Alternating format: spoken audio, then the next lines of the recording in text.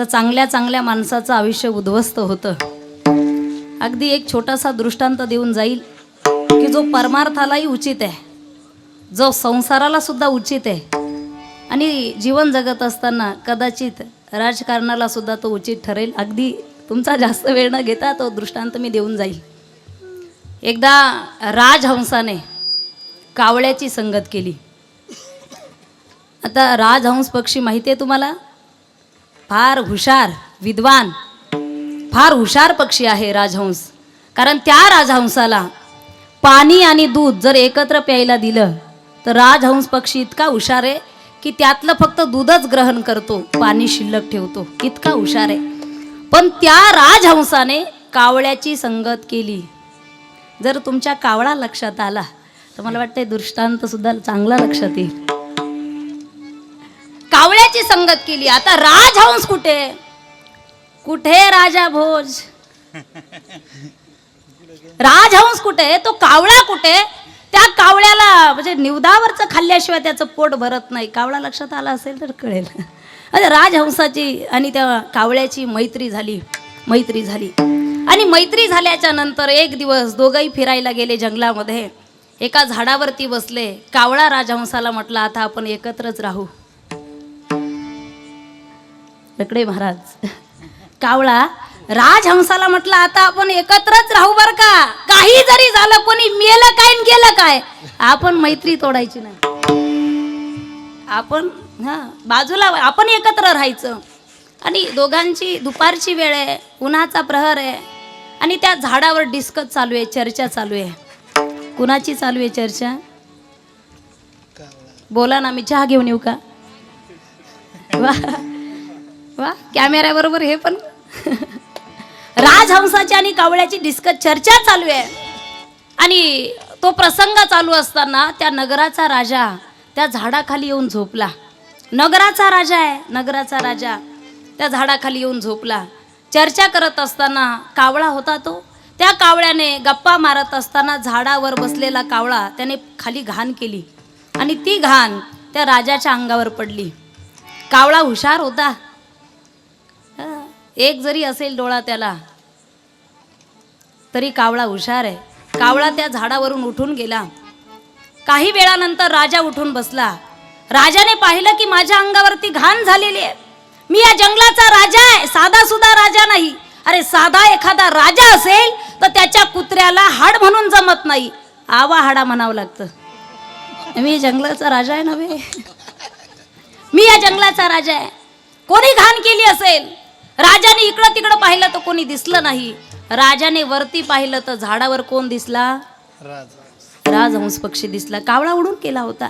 राजाने बाण घेतला आणि बाण सोडला. राजहंस जागीच ठार झाला. कुणामुळे उद्ध्वस्त झालं जीवन? संगतीमुळे. पतन उद्धार संघाचा महिमा. मला वाटतंय ज्याला जीवनाचं पतन करून घ्यायचंय त्याने कधीतरी विचारावं की माझी संगत कुणाबरोबर आहे. आणि ज्याला उद्धार करून घ्यायचा आहे त्यांनी कधीतरी त्या संतांची संगत, सज्जनाची करावी. बैसता संताचे संगती,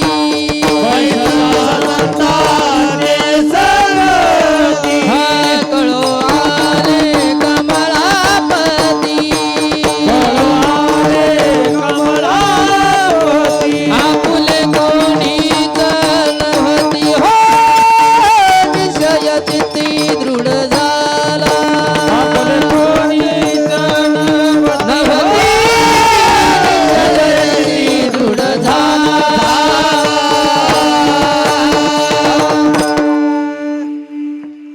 सज्जनाची एकट्याची जरी बैठक असेल तर त्याच बैठकीमध्ये बसा. मूर्खाची हजारोची जरी बैठक असेल तर त्या संगतीमध्ये बसू नका, त्या पंक्तीमध्ये बसू नका. कारण पंगत जर चुकली तर एका टायमिंगचं जेवणच चुकेल तुमचं. पंगत जर चुकली तर एका टायमिंगचं जेवणच चुकल. संगत जर चुकली तर जीवन उद्ध्वस्त होत असतं माणसाचं. म्हणून संतांच्या संगतीमध्ये, सज्जनाच्या संगतीमध्ये आपलं आयुष्य जर जात असेल तर त्या आयुष्याचं सोनं होतं. जसा लोखंडाला परिसाचा स्पर्श झाला की लोखंड लोखंड राहत नाही, लोखंडाचं सोनं होतं. सज्जनाचा स्पर्श आपल्या जीवनाला झाला, जीवाचं सुद्धा सोनं होतं. महाराज संतांची संगत आहे. ते संत काय करतात? अहितापासून काढिती, हित देऊनी वाढविती, नाही श्रुती परवती माऊली जगा. मी नेहमी सांगत असते, आजही सांगेल. नाथ बाबा एका नदीकाठी बसले आणि बसल्याच्या नंतर एक विंचू आला, विंचू, आणि त्या पाण्यामध्ये पडला. विंचू माहिती आहे तुम्हाला? विंचू वा, तो कधीच कुणावरती प्रेम करत नाही, किती दिसायला सुंदर असू द्या. कोण? वा. तो विंचू आला आणि पाण्यामध्ये पडला. शांती ब्रह्म आहे, दया करणारे संत आहेत. लक्षात आलं, हा स्वभावाने जरी विंचू असेल तर मी याला वाचवलं पाहिजे. मी जर याला वाचवलं नाही तर हा विंचू जीवानिशी जाईल. बुडते हे जन न देखवे डोळा, येतो कळवळा म्हणून या. एखादा चुकत असेल तर त्याला योग्य वेळी मार्गदर्शन केलं पाहिजे. आणि ऐकतच नसेल, एखादा मार्गदर्शन करून जरी ऐकत नसेल तर मग त्याला तिथंच थांबण्याचा प्रयत्न करा. असं काहीतरी करा की तो तिथं थांबला पाहिजे. खऱ्या अर्थाने विंचू पाण्यामध्ये पडला, हे महात्म्यांना सहन झालं नाही. महात्म्यांना वाटलं की हा विंचू जरी असेल तर मी याला वाचवलं पाहिजे. नाथ बाबांनी त्या विंचवाच्या खालून हात घातला. विंचू हातावरती आला. आता विंचू आता जमिनीवरती उतरणार, पण विंचू होता स्वभावाने तो. त्याच्या 2 अभंग जरी पाठ असेल, 2 अभंग जरी त्याच्या पाठ असेल तर तो स्वभावाने विंचूच आहे. त्याचे कपडे जरी सुंदर असेल तर स्वभावाने विंचू आहे. वारीला जरी जात असेल एखाद्या दिवशी तर स्वभावाने विंचू हातावर आला. त्याने विचार केला, म्हटले गाव, ज्या महात्म्याने मला एवढ्या प्रेमाने उचललं, आतापर्यंत असं झालं नाही की मला एवढ्या प्रेमाने कोणी उचललं. कदाचित या महात्म्याला माझा स्वभाव माहीत नसावा. माझं काम नाही का मी माझा स्वभाव दाखवून दिला पाहिजे. उतरत असताना विंचू हाताला चावला महाराजांच्या, दणका दिला. महाराजांनी हात झटकला, विंचू पाण्यामध्ये पडला. परत लक्षात आलं, याने दिलेला दणका आज ना उद्या नीटच होणार आहे. पण बुडते हे जन, मी जर याला वाचवलं नाही तर हा जीवानिशी जाईल. परत महाराजांनी पाण्यामध्ये त्या विंचवाच्या खालून हात घातला. विंचू हातावरती आला. विंचू होता तो स्वभावाने विंचू. कदाचित माळी घातली असेल त्याने, पण स्वभावाने विंचू आहे. कीर्तनाला सप्ताहाला वर्गणी जरी देत असेल तर तो स्वभावाने विंचू आहे.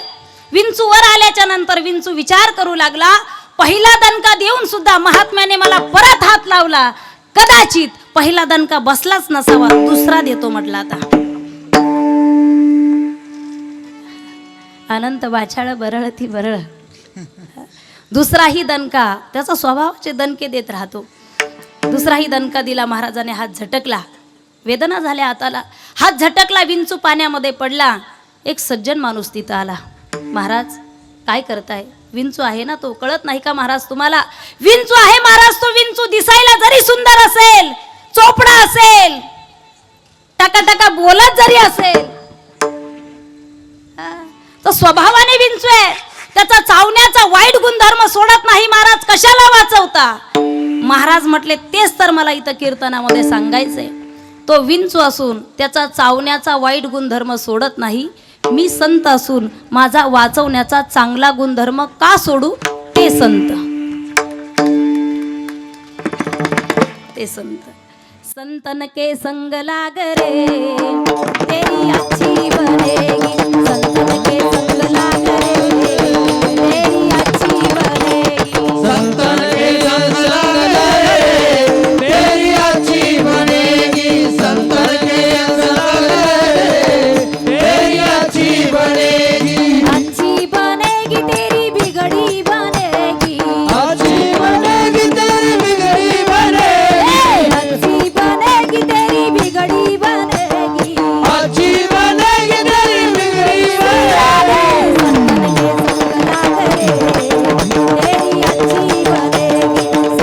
के संग लाग रे, तेरी अच्छी बनेगी. संतन के संग लाग रे, तेरी अच्छी बनेगी.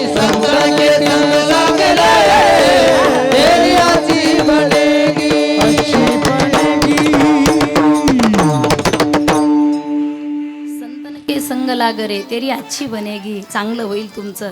याच्याही पुढे सांगू, संतांच्या आणि सज्जनाच्या संगतीमध्ये तुमचं चांगलं होईल की नाही हे मला माहीत नाही. संतांच्या संगतीमध्ये तुमचं चांगलं होईल की नाही हे मला माहीत नाही, पण 100% गॅरंटीने सांगते तुमचं वाटोळं होणार नाही. दुर्जनाच्या संगतीमध्ये पहिल्या दिवशी नको नको म्हणतो, वासही जमत नाही म्हणतो, आणि नंतर वर्षाने भेटा त्याला, तो कुठंतरी गटारामध्ये दिसतो. मी सांगेल तुम्हाला, तरुण मंडळी या ठिकाणी आहेत, एज्युकेटेड व्हा, हुशार व्हा. आपल्या देशाची समाजाची कशी प्रगती करता येईल हे समाजकार्य जर तुमच्या हातून जर घडत असेल तर मरावे परी कीर्ती रूपी उरावे. तुका म्हणे एका मरणेची सरे, उत्तमची उरे कीर्ती मागे. आजही तुम्ही म्हणाल कैवल्य सम्राट माऊली ज्ञानोबराय आपल्यामध्ये जिवंत आहे. आजही जगद्गुरु तुकोबराय हे आपल्यामध्ये जिवंत आहे. आजही छत्रपती शिवराय हे आपल्यामध्ये आहेत. आजही धर्मवीर संभाजी महाराज हेही आपल्यामध्ये आहेत. महाराज, कदाचित तुमचा प्रश्न असेल मला की ताई आहेत म्हणता, आम्ही देहूला येतो, आळंदीला येतो, तुळापूरला जातो, शिवनेरी गडावर जातो, पण कधी या सगळ्यांची आमची भेट झाली नाही. तर माझं एक वाक्य तुमच्या डायरीमध्ये नोट करून ठेवा. काही माणसं जीवन जगून सुद्धा जिवंत राहत नाही. काही माणसं जीवन जगून सुद्धा जिवंत राहत नाही. हा गेलेला सुद्धा गावातल्या लोकांना माहीत होत नाही. माहीत झालं गेला तो किती वर्ष, 5 वर्ष झाले त्याला जाऊन, हो माहीत नाही तुम्हाला. म्हणजे काही माणसं जीवन जगून सुद्धा जिवंत राहत नाही, आणि काही माणसं गेल्यानंतर सुद्धा जिवंत राहतात. मरावी परी कीर्ती रूपी उरा. राहिल्या त्या कीर्ती जगा माझी, राहिल्या त्या कीर्ती जगा माझी राहिल्या त्या कीर्ती, जगा माझी राहिल्या त्या कीर्ती. हो गेले दिगंबर क्या बात है. ईश्वर विभूती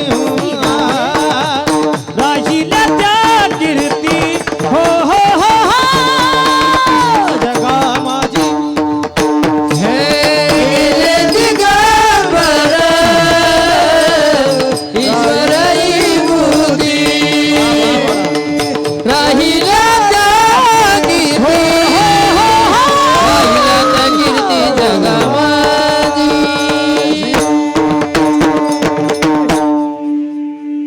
दिगंबर ईश्वर विभूती राहिल्या त्या कीर्ती जगा माझी. पण आजही शूरवीरांचं जीवन जे आहे कीर्ती रूपाने शिल्लक आहे. महाराज, काही काही माणसं जीवन फुलासारखं जगत असतात. फूल माहिती आहे तुम्हाला, मोगऱ्याचं, गुलाबाचं फूल किती सुंदर जीवन जगतं महाराज. तसं जीवन असावं प्रत्येकाचं. फुलाचं जीवन असं आहे, वैऱ्याच्या जरी हातामध्ये फूल गेलं तर वैऱ्याला सुद्धा सुगंध देण्याचं काम फूल करत असतं.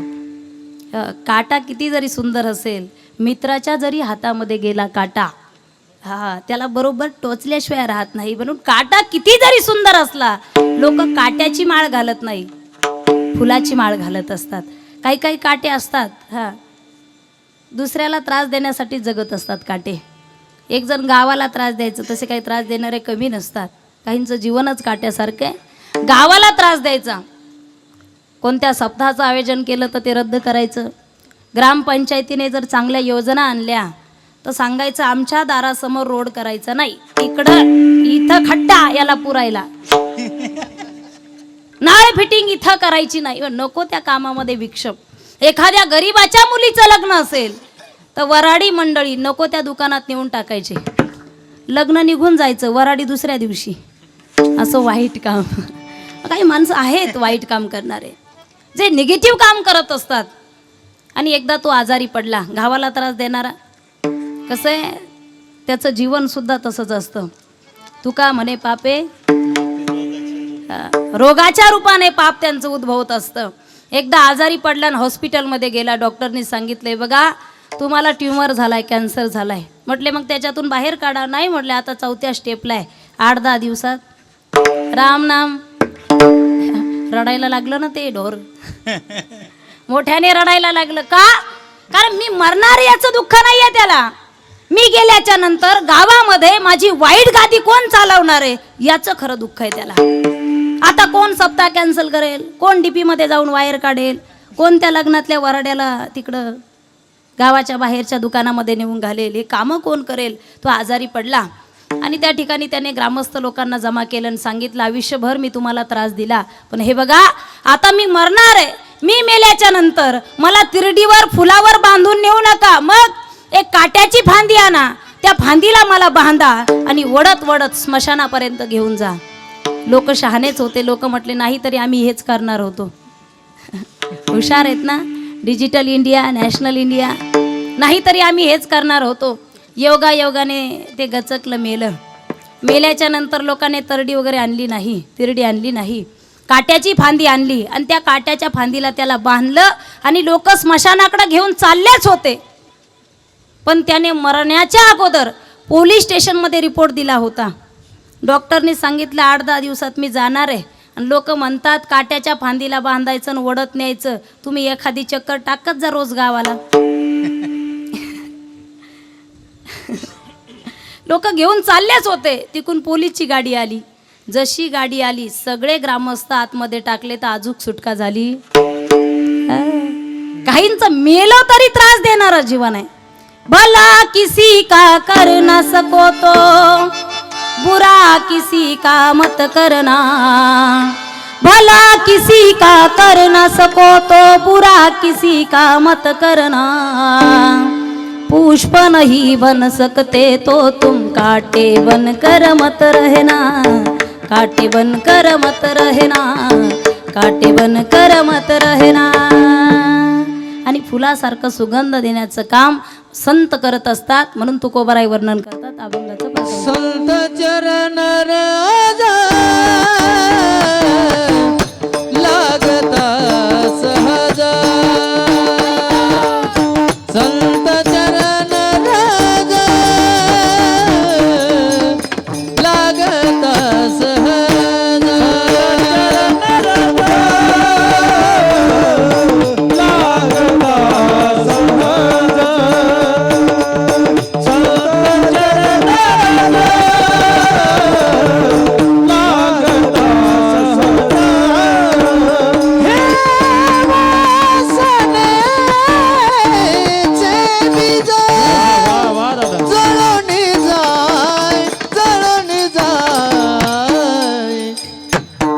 मग राम नामे उपजे आवडी, मग राम नामे उपजे आवडी.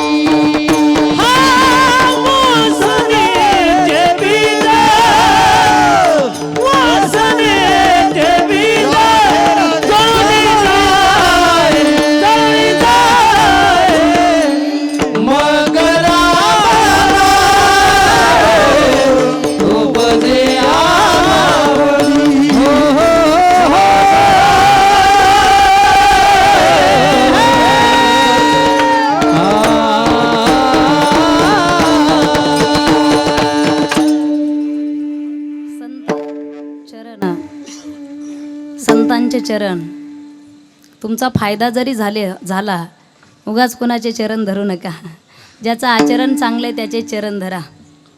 तुमचं नुकसान जरी होत असेल तर संगत मात्र संतांची करा, सज्जनाची करा. चरण फार महत्त्वाचे असतात.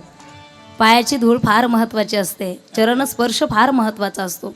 तुम्ही बघा, एखादा पाहुणा तुमच्या घरामध्ये येत असेल, एकदा येऊन लाईट जाणं ठीक आहे, पण पाहुणा रोजच येत असेल आणि लाईट जात असेल पायगुण लक्षात येतो ना तुमच्या. पूर्वीच्या काळामध्ये जेव्हा मुलीचं लग्न जमायचं तर जोपर्यंत 2-3 महिने ते लग्न चालायचं, जोपर्यंत मुलगी सासरी नांदायला जात नाही तोपर्यंत त्या मुलीचा बाप हात जोडून उभा असायचा. सांभाळून घ्या, एकुलती एक मुलगी आहे, कधी जास्त काम लावलं नाही. जोपर्यंत मुलगी नांदायला जात नाही तोपर्यंत मुलीचा बाप हात जोडायचा. आता मुलीच्या बापाचे हात जोडायचे दिवस संपले. मी स्वतः 7 कन्यादान केले. आळंदीमध्ये माझी मुलींची संस्था आहे. आता आपण हात जोडायचे नाही, आता मुलाचा बाप हात जोडतो. मुलीच्या बापाला सांगा बरं का सांभाळून घ्यायला. जास्त दिवस नाही सांभाळलं तरी चालेल, पण 4-6 महिने एकत्र ठेवा.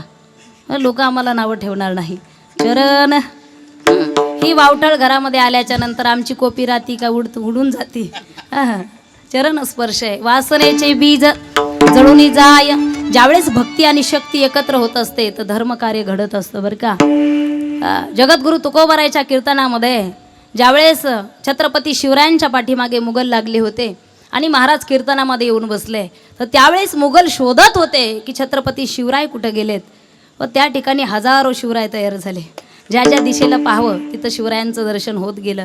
पण ज्या ज्या वेळेस धर्म आणि शक्ती एकत्र येत असते तर धर्मशक्ती धर्माचं कार्य मोठं होत असतं. धर्म कार्य करत असताना जीवनामध्ये फार मोठ्या अडचणी येत असतात. तोंडाने पोपटासारखं बोलणं काही गोष्टी सोप्या असतात, पण ते निपटवणं ही फार मोठी आणि अवघड कसोटी असते.